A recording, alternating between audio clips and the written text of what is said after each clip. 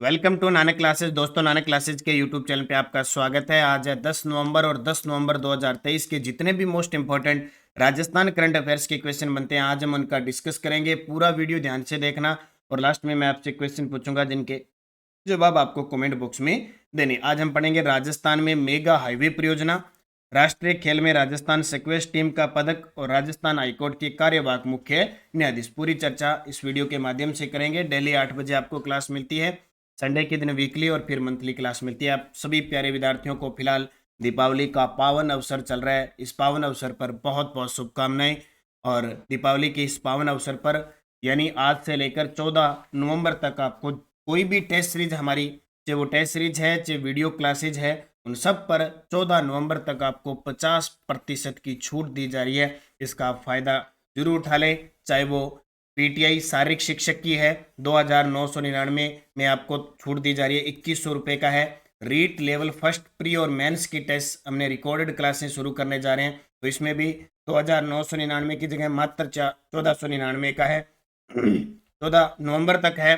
Current affairs है, राजस्थान अध्ययन है, चाहे कौन सी भी है, कॉलेज व्याख्याता है, सामान्य विज्ञान है, रीट की है, एलडीसी की है, कोई भी टेस्ट सीरीज है, सब में छूट आपको दी जा रही है। तो फायदा उठा ले इसका और निरंतर उसका बार बार अभ्यास करें, निश्चित आप सफल होंगे। तो करें स्टार्ट। सभी को गुड मॉर्निंग। सबसे पहले कल के क्वेश्चनों को रिवाइज करते हैं। कल हमने पढ़ा प्रदेश में आमजन को विभिन्न योजना और सेवाओं का त्वरित लाभ पहुंचाने के उद्देश्य से किस विभाग द्वारा real time auto service delivery system स्वतः विकसित किया जाएगा। सूचना प्रौद्योगिकी व संचार विभाग के द्वारा 17 से 23 अक्टूबर 2023 को देश की तीनों सेनाओं द्वारा त्रिशक्ति बहुआयामी अभियान का आयोजित किया गया, जैसलमेर में। और जोधपुर के बड़ला में कितने मेगावाट सोलर प्रोजेक्ट स्थापित करने के लिए message NTPC renewable energy limited को भूमि आवंटित की जाएगी?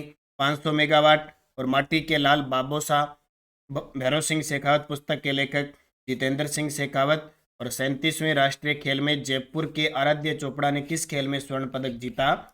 जूडो के अंदर।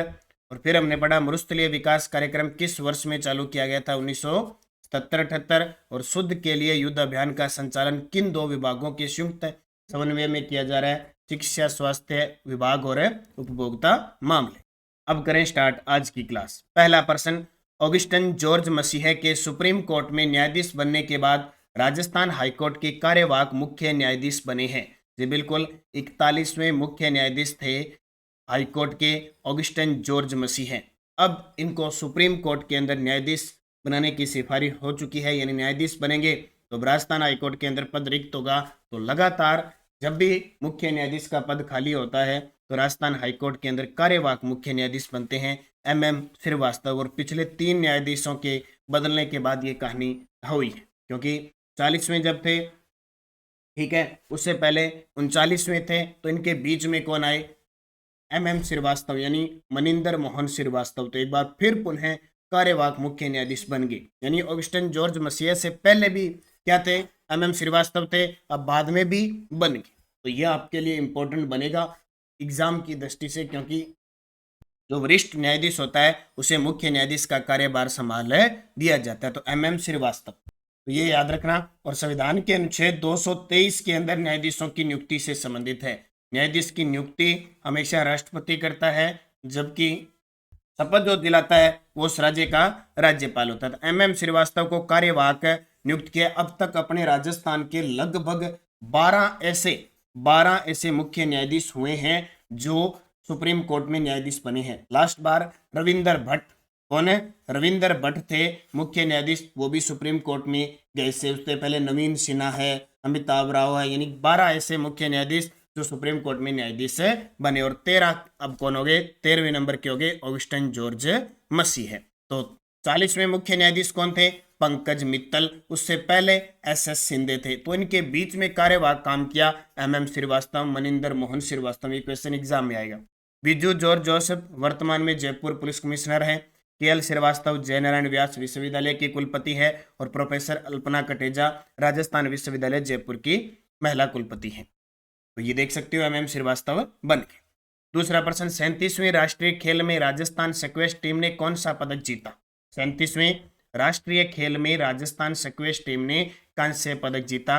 अब ये गोवा के अंदर राष्ट्रीय खेल चल रहे हैं, लास्ट में हम पढ़ेंगे राजस्थान ने कितने स्वर्ण, कितने रजत, कांस्य जीते, टोटल पदक जीतकर कौन से स्थान पे रहा देश में, लेकिन साथ साथ में उन खिलाड़ियों की चर्चा हम करते जा रहे हैं। तो राष्ट्रीय खेलों में राजस्थान स्क्वैश टीम को मिला कांस्य पदक। राजस्थान ने हराया मध्य प्रदेश को हराकर जीता। राजस्थान टीम में यासी जैन, रिया सियोदिया, ऋतिविका सिंह और छवि सहारण मुख्य खिलाड़ी थी। 37वें राष्ट्रीय खेल में राजस्थान की जूडो मिक्स्ड टीम इवेंट में भी रजत पदक मिला है और राजस्थान की मोनिका चौधरी ने 48 किलोग्राम भार वर्ग में गुजरात के रसिता हरिबाई को हराकर कांस्य पदक जीता। तो मोनिका चौधरी 48 किलोग्राम भार वर्ग में हराकर जूडो मिक्स्ड में रजत पदक जीता और स्क्वैश टीम ने क्या जीता, कांस्य पदक। बस थोड़ा थोड़ा रूटीन में इनको याद रखना, क्योंकि रिवीजन शाम को 8 बजे नानक क्लासेस शिवसर पर मिल जाता है। Messrs 3S minerals processors private limited द्वारा secondary rock phosphate beneficiation processing plant की स्थापना कहाँ की जाएगी? Messrs 3S minerals processors private limited द्वारा secondary rock phosphate beneficiation processing plant की स्थापना कहाँ की जाएगी? मामादेव उदयपुर। कहाँ पे? मामादेव उदयपुर। एक आपने नाम सुना होगा कुंभलगढ़ दुर्ग में मामादेव कुंड है, सुना है ना, ये मामादेव उदयपुर के अंदर।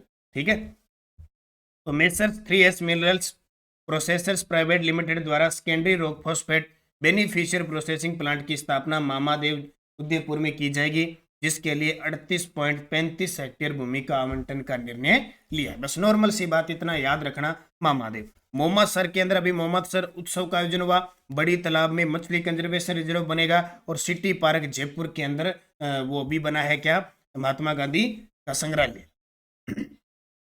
विश्व स्तरीय राजस्थान धरोहर संग्रहालय कहां बनाया जा रहा है, जिसके प्रथम चरण का लोकार्पण मुख्यमंत्री अशोक गहलोत द्वारा किया गया। विश्व स्तरीय राजस्थान धरोहर संग्रहालय कहां बनाया जा रहा है, जिसके प्रथम चरण का लोकार्पण मुख्यमंत्री अशोक गहलोत के द्वारा किया गया, जयपुर के अंदर। कहां पे? जयपुर के अंदर।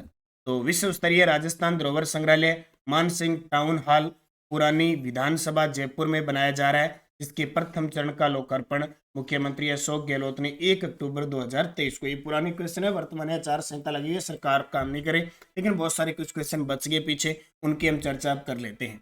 विश्व स्तरीय राजस्थान धरोहर संग्रहालय, और ऐसे प्रश्न पेपर में आते हैं तो उनका पूछा जाता है कि कहाँ बनाया जा रहा है, जैसे राजस्थान इंटरनेशनल सेंटर जलाना जयपुर में, उसी प्रकार आपको ये याद रखना है। तो विश्व स्तरीय राजस्थान धरोहर संग्रहालय कहाँ बनाया जा रहा है, कहाँ पे? जयपुर में। बालोतरा की बात आई, एक नाम सुना होगा आपने, बटाटू का कुआं, बाड़मेर के अंदर, सुना है ना, बटाटू का कुआं। अब वो बालोतरा के अंदर आ गया, इसको जीर्णोद्वार के लिए सरकार ने राशि जारी की है, तो ये भी बालोतरा चर्चा में। अभी ज्योग्राफी हम राजस्थान अध्ययन में पढ़ेंगे तो नए बेस पर ही पढ़ेंगे। बूस्टर डोज देख लो, 2 बातें। 67वीं राज्य स्तरीय तैराकी प्रतियोगिता में अंडर 17 और अंडर 19 छात्र और छात्रा वर्ग का खिताब जयपुर ने जीता।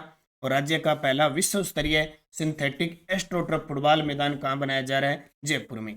विश्व स्तरीय सिंथेटिक एस्ट्रोटर्फ फुटबॉल मैदान कहाँ बनाया जा रहा है? जयपुर के अंदर। अगला प्रश्न देखिए, ऑल इंडिया अंतर विश्वविद्यालय ताइक्वांडो प्रतियोगिता 2023-24 में किस विश्वविद्यालय की महिला टीम ने स्वर्ण पदक जीता? ऑल इंडिया अंतर विश्वविद्यालय ताइक्वांडो प्रतियोगिता 2023-24 में किस विश्वविद्यालय की महिला टीम ने स्वर्ण पदक जीता है? तो पंडित दीनदयाल उपाध्याय शेखावटी विश्वविद्यालय सीकर की महिला टीम ने ताइक्वांडो प्रतियोगिता के अंदर स्वर्ण पदक जीता है। ठीक है, बस इतना याद रखना, इंपॉर्टेंट है क्योंकि पूछा जा सकता है। अगला प्रश्न देखो, राजस्थान में मेगा हाईवे परियोजना के बारे में असत्य कथन बताओ। राजस्थान में मेगा हाईवे परियोजना के बारे में असत्य कथन बताओ। राज्य सरकार व मेसर्स IL&FL के मध्य 50-50 की भागीदारी से एक संयुक्त उपक्रम road infrastructure development company of Rajasthan limited यानी रिडकोर की स्थापना की गई। प्रथम चरण में 5 मेगा हाईवेज का निर्माण पूरा कर लिया गया है। राजस्थान का प्रथम मेगा हाईवे फलोदी से राम जी का गोल बाड़मेर है। रिडकोर की अक्टूबर 2009 में स्थापना हुई थी, ये गलत है, 2009 में इसकी स्थापना नहीं हुई थी। तो राजस्थान में मेगा हाईवे परियोजना देखो, पूरी डिटेल दोबारा देख लो, क्योंकि रिडकोर की स्थापना कब हुई थी? 2004 में। पूछे रिडकोर क्या है? Road infrastructure development company of Rajasthan limited, किसके सहयोग से?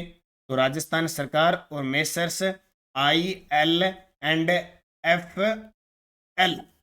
के मध्य 50% की भागीदारी से स्थापना हुई है। और रिडकोर के अध्यक्ष राजस्थान के मुख्य सचिव होंगे। प्रथम चरण में 5 मेगा हाईवेज का निर्माण पूरा कर लिया गया है। फलोदी से रामजी का गोल, यह राजस्थान का प्रथम मेगा हाईवे है। द्वितीय चरण में इस परियोजना के द्वितीय चरण में 6 सड़कों को विकसित करने का कार्य प्रारंभ किया गया है। और तृतीय चरण के अंदर रावतसर, नौर और बादरा, भरतपुर, मथुरा, बाड़ोती, गंगापुर का काम है चल रहा है तृतीय चरण के अंदर। तो ये थोड़ा सा याद रखना, राजस्थान के अंदर 5 मेगा हाईवेज का निर्माण पूरा कर लिया गया है। और कौन बना रही है? RIDCOR. Telegram Nanak classes Shiv sir join करो, लिंक क्विज वगैरह आपको सब मिल जाती है। और आज 50% छूट चल रहा है, तो उसके लिंक भी सब जो कोर्स है उनके ऐप में आपको इसमें टेलीग्राम पे प्राप्त हो जाएंगे। पिछला क्वेश्चन का वीडियो था, प्रदेश का सबसे बड़ा इंडोर स्टेडियम कहाँ बनाया जा रहा है? तो आप सभी का उत्तर था खेल गांव उदयपुर के अंदर। और अब आपके लिए क्वेश्चन जिसका जवाब आपको कमेंट बॉक्स में देना है। माटी के लाल बाबू साहब भैरव सिंह शेखावत पुस्तक के लेखक जितेंद्र सिंह शेखावत, आनंद रंगनाथन, संजय दीक्षित, गुलाब कोठारी। सही जवाब आपको कमेंट बॉक्स में देना है। और राजस्थानी बोलियों का सर्वप्रथम वर्गीकरण करने वाले विद्वान जॉर्ज इब्राहिम ग्रिल्सन। राजस्थानी भाषा दिवस 21 फरवरी। दक्षिणी गंगानगर, बीकानेर, चूरू में बोली जाने वाली बोली थल्ली। कौन सी बोली पश्चिमी हिंदी और राजस्थानी के मध्य सेतु का कार्य करती है? मेवाती और सोड़वाड़ी, पाटवी, रतलामी, उमठवाड़ी आदि मुख्य बोलियां हैं ढूंढाड़ी के। ठीक है, बहुत सारे विद्यार्थियों ने शानदार जवाब दिए, क्योंकि शाम 9 बजे की क्लास में आपको ये क्वेश्चन दिए जाते हैं और यहाँ आपसे पूछ लिए जाते हैं। अब 5 क्वेश्चन जो हमने रात चित्रकला का टॉपिक पढ़ा था। नाथ द्वारा चित्रकला शैली किन 2 शैलियों का समन्वित रूप है? अलवर शैली का कौन सा चित्रकार हाथी दांत पर चित्रकारी में प्रवीण था? देवगढ़ शैली को प्रकाश में लाने का श्रेय किसे दिया जाता है?